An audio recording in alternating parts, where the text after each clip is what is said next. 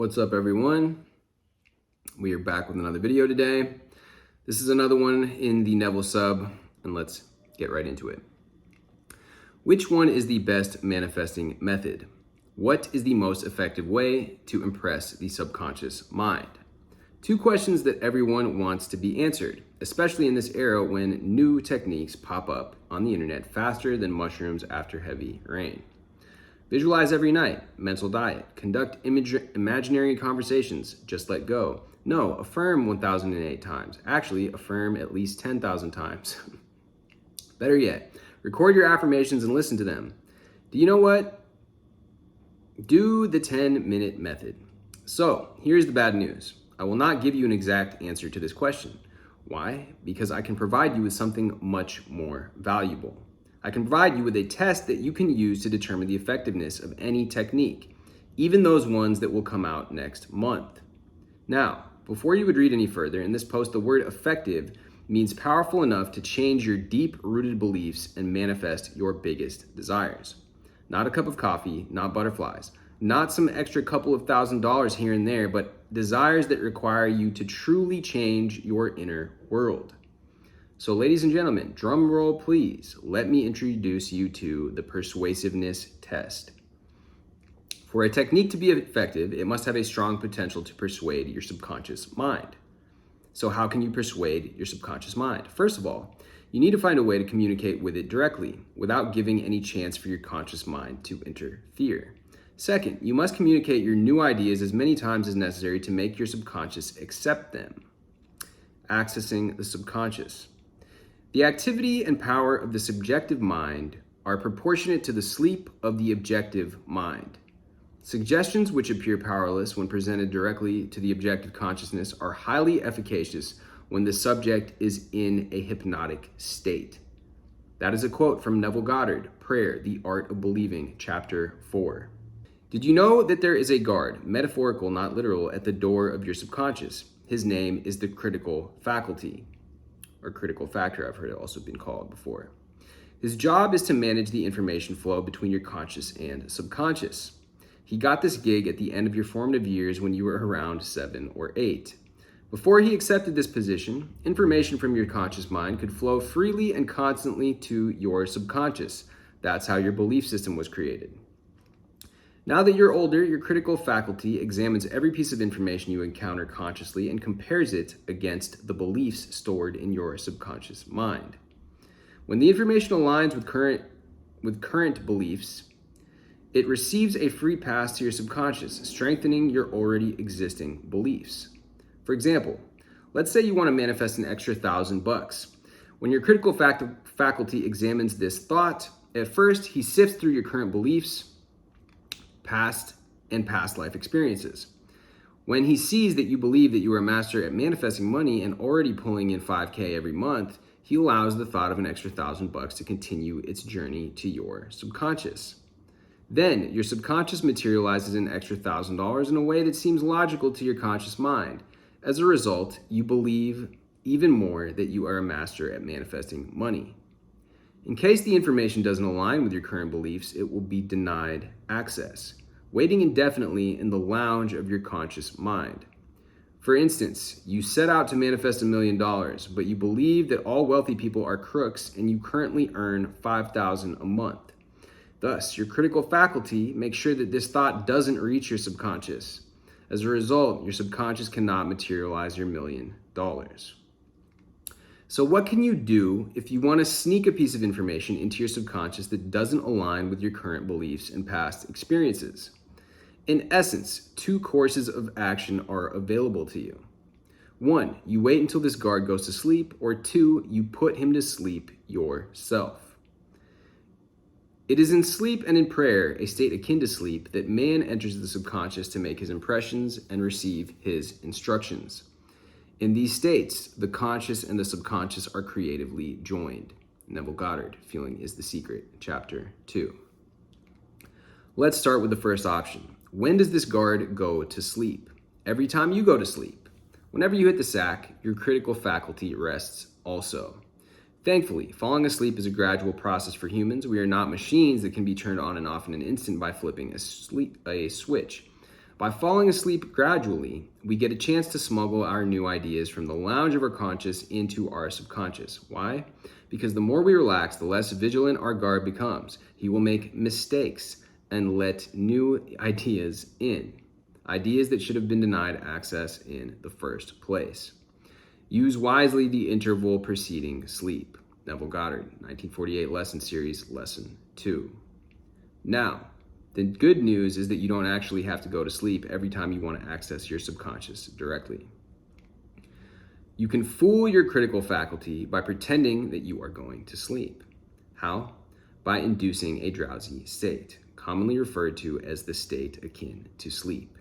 If you need a little help with how to enter this state, you can find it here. And I posted a video about that recently. People have a habit of slighting the importance of simple things. And the suggestion to create a state akin to sleep in order to aid you in assuming that which reason and your senses deny is one of the simple things you might slight. Neville Goddard, Out of This World, Chapter 1. You avoid all conflict between your desires and imagination by entering into a drowsy, sleepy state in which brings all effort to a minimum. Joseph Murphy, The Power of the Subconscious Mind. When you relax deeply, your body and conscious mind, your critical faculty gets a signal that he can relax too. Once he does, you have a prime opportunity to make your subconscious accept your new ideas. Here, I would like to point out that one does not need to lie in a bed or sit in a comfortable chair to get rid of their critical faculty and enter into a highly suggestible state. For example, we self-induce a trance whenever we put all our focus on one spot, like we do when staring at a TV screen or a mobile phone. In hypnosis, this is called the Fixation Method, and it's one of the most ancient ones.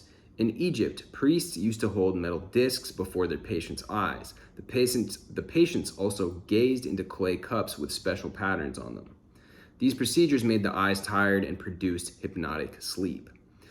Something similar happens when we are driving on a highway where everything looks the same, or on a route that we know very well. When we stop looking around, our conscious mind relaxes. Why? Because its most important task is to protect us.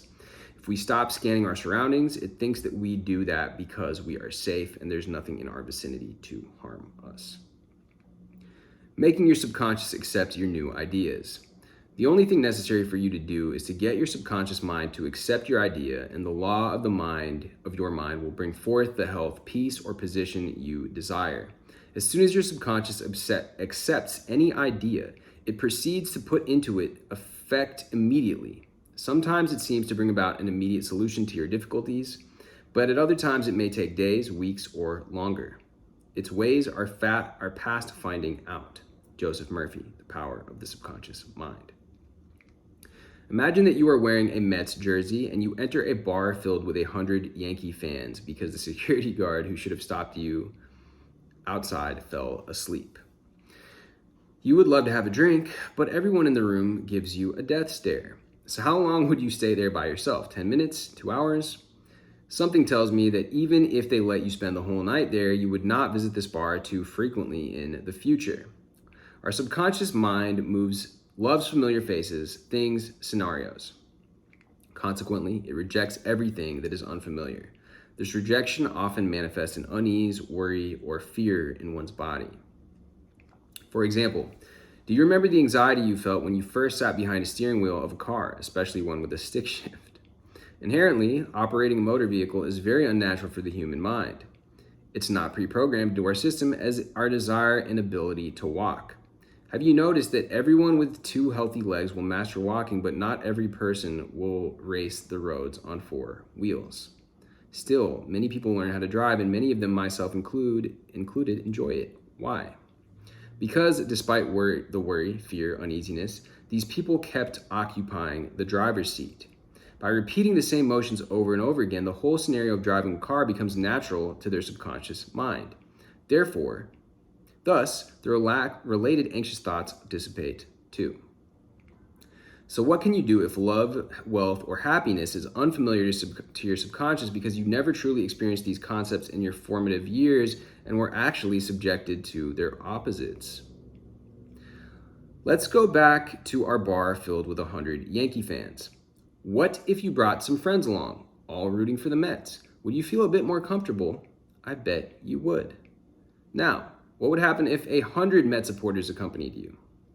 Probably the Yankee fans would start to feel threatened and uncomfortable. They may even initiate fights with you.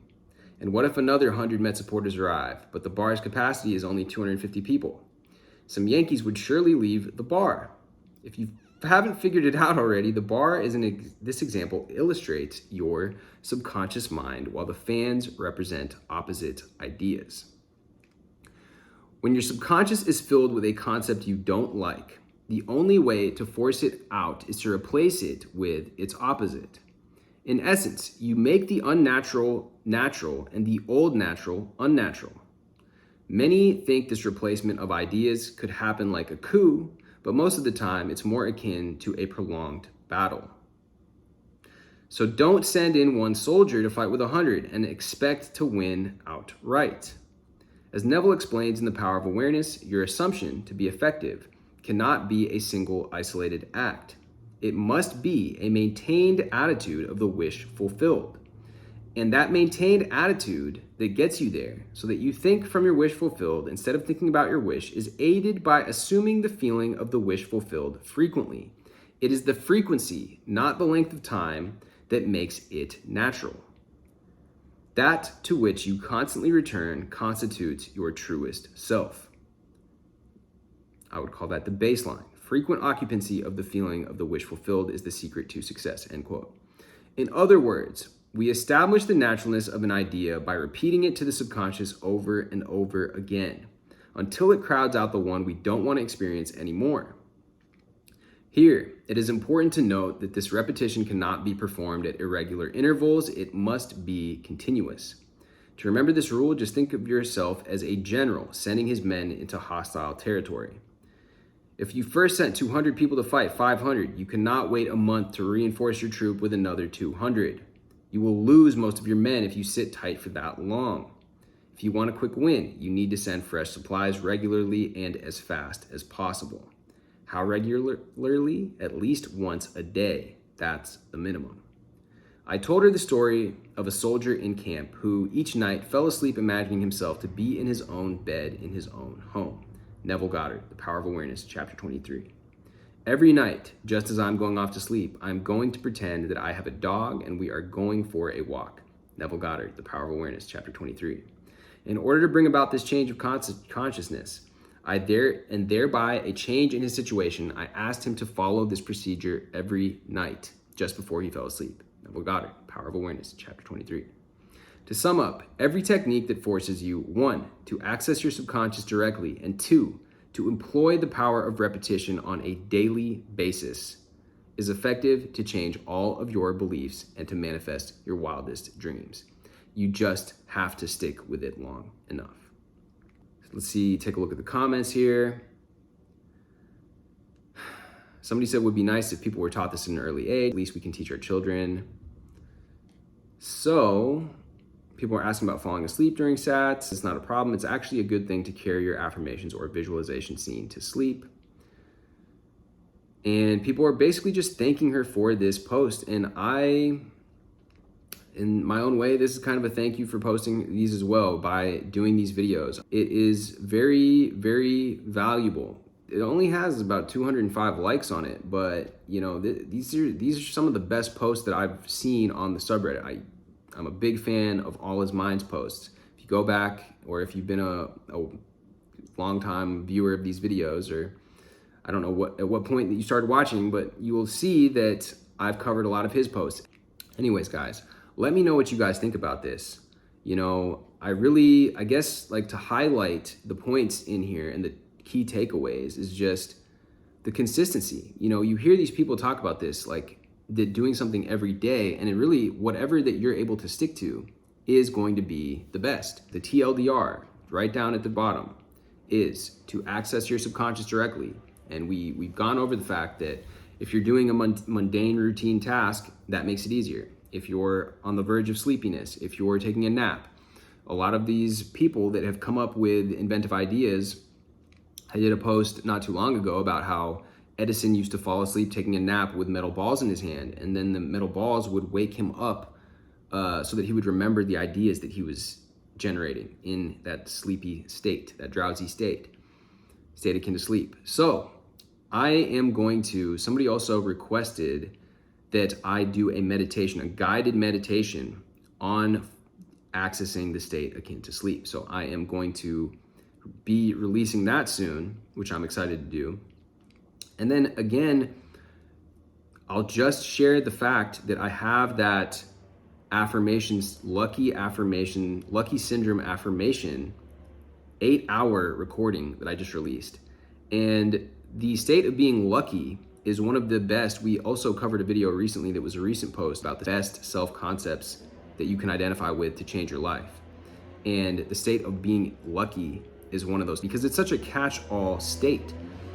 What do lucky people get? You know, they get their SP. They get more wealth and abundance in their life. They get good relationships. They get all the things that you might be wanting. Those are things that lucky people get. So adopting that state and entering into the state of being lucky is something that we can do in order to get to as a foundational catch-all, those and to support those belief structures, those new belief structures that we're forming. There's a lot of great affirmations in there that can be applied to your relationships, your money, your health, all of that. Anyways, with that being said, guys, looking forward to that. And yeah, check out that affirmation recording.